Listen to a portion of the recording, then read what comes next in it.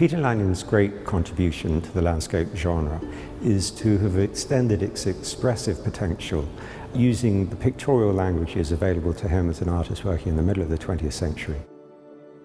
In particular, he was able to encapsulate our dynamic involvement with places which are very significant to us. And that dynamism is both physical, the fact of the matter is that we do move through the landscape when we're in it, but also psychological.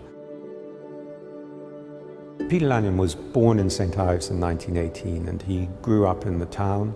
And then after the war, he quickly became a leading figure amongst the young generation of modern artists that gathered there in the middle of the 20th century.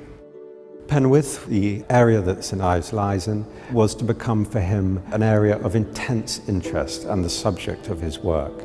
It was a place to which he felt most connected. Peter Lanyon took up gliding in 1959 because he wanted, first of all, to get a new view of his home territory. But when he climbed into a glider for the first time on the 5th of October 1959 and went up into the sky, not only did he see that, he discovered something he hadn't anticipated, and that was the extraordinary interior life of the sky.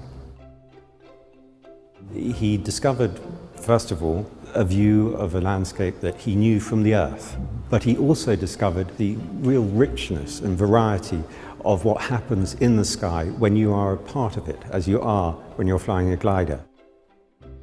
When Peter Lanyon started flying in 1959, he was amazed by this realm that he discovered. And he wrote to a friend at the time that it was as complex as the sea.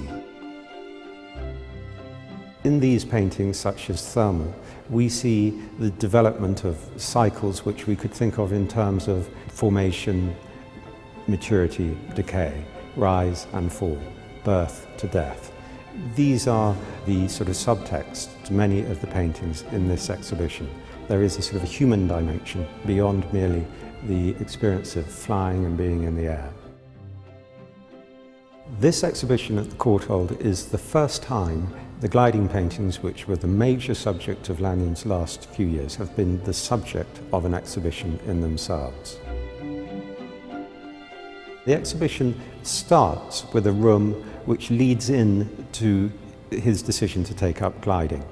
And then in the main room, we see 11 paintings which are all to do with his experience of gliding, plus 3 constructions, fascinating works in themselves, 2 of which one might consider as studies for the paintings, and the third of which, a large construction called Field Landing, is in itself a 3-dimensional reimagining of the experience of performing a particular sort of landing. When I first started doing research into Peter Lanyon's work, I met an artist who was himself a glider pilot and a great enthusiast of Peter Lanyon's work. And he told me that to really understand the gliding paintings, I shouldn't just be a passenger in a glider, I should learn to fly one.